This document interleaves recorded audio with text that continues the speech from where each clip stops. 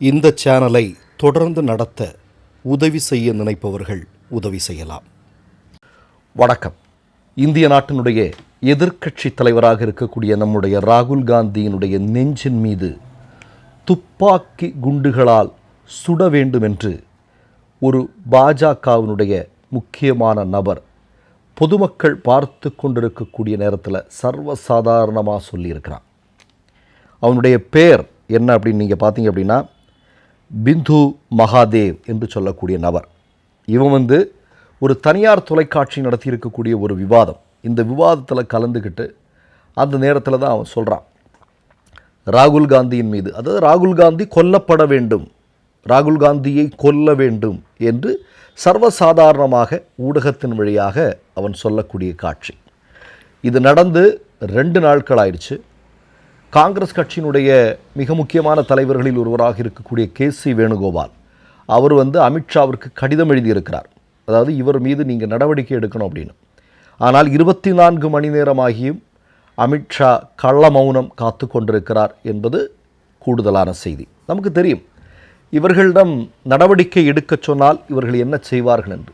2 கன்னியாஸ்திரிகள் இல்லையா, நீங்கள் அவர்கள் அவதிப்பட்டதும் அவர்களுக்கு எதிராக வன்முறையில் ஈடுபட்ட சங்கபரிவார கும்பல், ஆர்எஸ்எஸ் கும்பலை சார்ந்தவர்களின் மீது ஒரு எஃப்ஐஆர் கூட போட தயங்கியதெல்லாம் நம்ம பார்த்து கொண்டு தான். கடந்த 11 வருடங்களாக என்னென்ன அமித்ஷாவும் மோடியும் செஞ்சிட்ருக்காங்க அப்படிங்கிறது நமக்கு தெரியும். இப்போ நான் என்ன கேட்குறேன் அப்படின்னா, ராகுல் காந்தியினுடைய குடும்பத்தில் இந்த நாட்டிற்காக, இந்த நாட்டின் மக்களுக்காக 2 மகத்தான தலைவர்களை இழந்திருக்கக்கூடிய குடும்பம் இல்லையா? ஒருவர் இந்திரா காந்தி, இன்னொருவர் ராஜீவ் காந்தி. இப்போது ராகுல் காந்தியையும் கொல்ல வேண்டும் என்று ஒரு ஆர்எஸ்எஸ் சங்கபரிவார கும்பலை சார்ந்தவன் பகிரங்கமாக மிரட்டல் விடுக்கக்கூடிய காட்சியை இந்த நாடு பார்த்து கொண்டிருக்கிறது. இப்போது ஒரு செய்தியை பற்றி நான் உங்களுக்கு சொல்கிறேன். ஒரு 4-5 நாளைக்கு முன்னாடி கக்கன் உங்களுக்கெல்லாம் நல்லா தெரிஞ்சிருக்கும் இல்லையா? இன்றைக்கி தமிழ்நாட்டில் நம்ம சொல்கிறோம்னா அப்படின்னா காமராஜர் சொல்லுவோம், கக்கன் இப்படிலாம் நம்ம ஒரு வரிசைகளை சொல்லுவோம் இல்லையா? அதில் கக்கனோடு தோளோடு தோள் நின்று அரசியல் போராட்டங்களில், விடுதலை போராட்டங்களில் கலந்து கொண்ட ஒரு காங்கிரஸ்கார், மூத்த காங்கிரஸ்காரருடைய மகன் எனக்கு அலைபேசியில் அவர் பேசினார். பேசும்போது அவர் சொன்னார், எனக்கு ரொம்ப பதட்டமாக இருக்குது, பயமாக இருக்குது. என்ன அப்படின்னா, ராகுல் காந்தி இன்றைக்கு மோடியும் அமித்ஷாவும் வாக்கு திருட்டின் மூலமாகத்தான் இந்தியாவில் ஆட்சி பொறுப்பிற்கு வந்திருக்கிறார்கள் என்பதை தனி ஒரு மனிதனாக, என்ன நடந்தாலும் கவலை இல்லை, நான் இந்த உண்மைகளை மக்களுக்காக எடுத்து சொல்வேன் அப்படின்னு தொடர்ந்து அவர் பேசிகிட்டு இருக்காரு. அவருக்கு ஏதாவது ஆயிருமோ அப்படின்னு எனக்கு பயமாக இருக்குங்க அப்படின்னு சொன்னார். அப்போ நான் அவர்கிட்ட சொன்னது, சார் அவருக்கு பின்னால் இந்தியாவே இருக்குது இல்லையா? அவருக்கு பின்னால் பல கோடி மக்கள் இருக்கிறார்கள், உண்டா இல்லையா?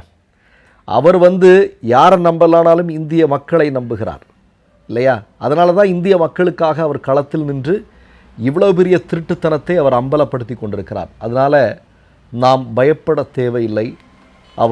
அவருக்கு பின்னால் கோடிக்கணக்கான மக்கள் அணிதிரண்டிருக்கிறார்கள் அப்படின்னு நான் அவர்கிட்ட சொல்கிறேன்.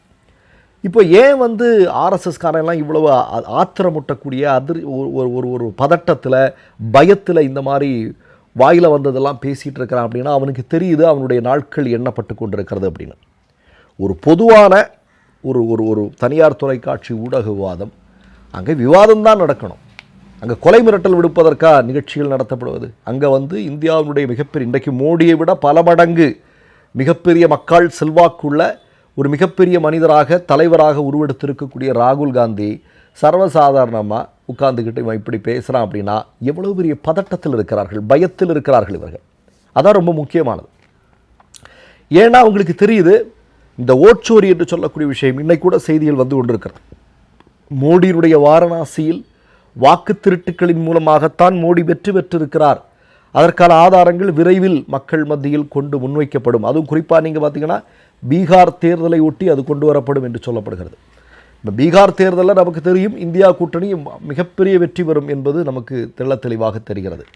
இந்த இடத்துல பீகார் தேர்தலுக்கு சற்று முன்பு இப்படிப்பட்ட ஒரு மிகப்பெரிய ஒரு அதிர்ச்சிகரமான தகவலை ராகுல் காந்தி வெளியிடக்கூடும்.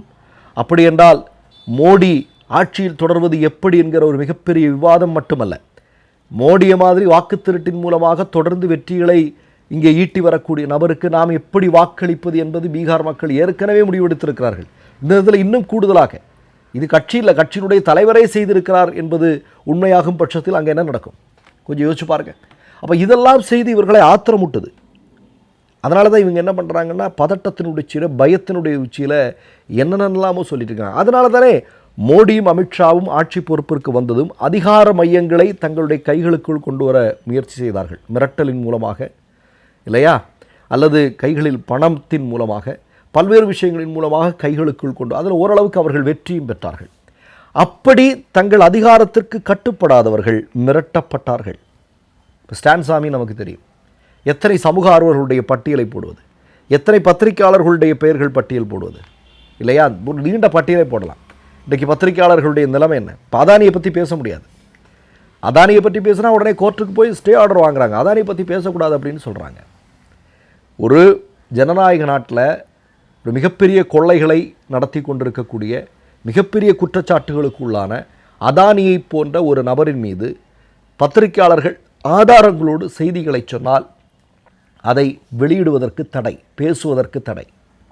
மோடியினுடைய மக்கள் விரோத செயல்கள், அமித்ஷாவினுடைய மக்கள் விரோத செயல்கள், அமித்ஷாவினுடைய உள்துறை அமைச்சகம் இந்திய வரலாற்று இது மாதிரியான தோல்விகளை சந்தித்ததில்லை. அப்போ இதை பற்றியெல்லாம் எழுதணும்னா அதற்கு தடை.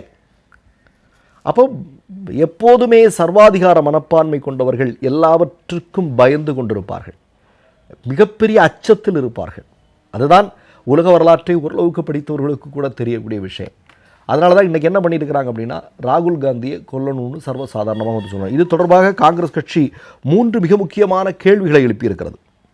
மக்கள் தலைவராக இருக்கக்கூடிய ராகுல் காந்திக்கு எதிராக தீட்டப்படும் ஒரு மிகப்பெரிய தீய சதி திட்டமா? இதான் முதல் கேள்வி. 2வது, மிரட்டல், வன்முறை, கொலை மிரட்டல் வழியான அரசியலை பாஜக ஆதரிக்கிறதா? இது 2வது கேள்வி. 3வதாக, அரசின் நிர்வாகத்தை விமர்சிக்கும் அரசியலமைப்பு பொறுப்பில் உள்ள மக்களவை எதிர்க்கட்சி தலைவர் மற்றும் பிற எதிர்க்கட்சி தலைவர்களுக்கு எதிரான வன்முறையை இயல்பான ஒன்றாக்க பாரதிய ஜனதா கட்சி முயற்சி செய்கிறதா? இந்த 3 கேள்விகளுக்கும் நாங்கள் விடை காண முயல்கிறோம் அப்படின்னு காங்கிரஸ் கட்சி இன்றைக்கு கேள்வி எழுப்பியிருக்கிறது. வழக்கமாக இதற்கெல்லாம் என்ன பதில் சொல்லப் போகிறார்கள் என்றில்லை. இந்த நொடி வரையிலும் அவர் கைது செய்யப்படவில்லை. அவர் மீது ஒரு வழக்கு பதிவு செய்யப்படவில்லை. ஒரு ஆர்எஸ்எஸ் சங்கியின் மீது. ஒரு ஆர்எஸ்எஸ் சங்கி சர்வசாதாரணமாக இப்படி ராகுல் காந்தியை பேசினாலே எதுவுமே நடவடிக்கை இல்லைன்னா நீங்களும் நானும் நம்முடைய உயிரும் நம்முடைய நிலைமையும் பற்றி என்ன சொல்கிறது? கொஞ்சம் யோசிச்சு பாருங்கள். மற்றொரு நிகழ்வில் சந்திப்போம். நன்றி, வணக்கம். மை நேம் இஸ் ரெட் சேனலை சப்ஸ்கிரைப் பண்ணிக்கோங்க. அதுக்கப்புறமா பக்கத்தில் இருக்கிற ஜாயின் பட்டனை கிளிக் பண்ணீங்கன்னா ஒரு நியூ பேஜ் ஒன்று ஓப்பன் ஆகும். அதுலேயும் ஜாயின் பட்டனே கிளிக் பண்ணிக்கோங்க. அதில் பார்த்தீங்கன்னா credit R debit card options இருக்கு. இதில் உங்களுக்கு விசா, மாஸ்டர் கார்டு, ரிப்பே அப்படின்னு 3 ஆப்ஷன்ஸ் கொடுத்துருக்காங்க. அதில் நீங்கள் எந்த கார்டு சூஸ் பண்ணுறீங்களோ அந்த கார்டோட நம்பர் என்டர் பண்ணிக்கோங்க. அப்புறமா கார்டோட வேலிடிட்டி மந்த் அண்ட் இயரை டைப் பண்ணிக்கோங்க. அடுத்தபடியாக உங்கள் கார்டோட பின்னால் சிவிசி கோடுன்னு சொல்லிட்டு 3 நம்பர்ஸ் கொடுத்துருப்பாங்க. அந்த நம்பரை இதில் என்டர் பண்ணிக்கோங்க. அப்புறமா அட்ரஸ் அண்ட் இன்ஃபர்மேஷன் என்டர் பண்ணிட்டு பைங்கிற பட்டனை கிளிக் பண்ணிக்கோங்க. ஒருவேளை உங்க கார்டு நம்பர் இன்வாலிட்னு காமிச்சிச்சுன்னா உங்க கார்டுல இன்டர்நேஷனல் யூசேஜை எனேபிள் பண்ணுங்க.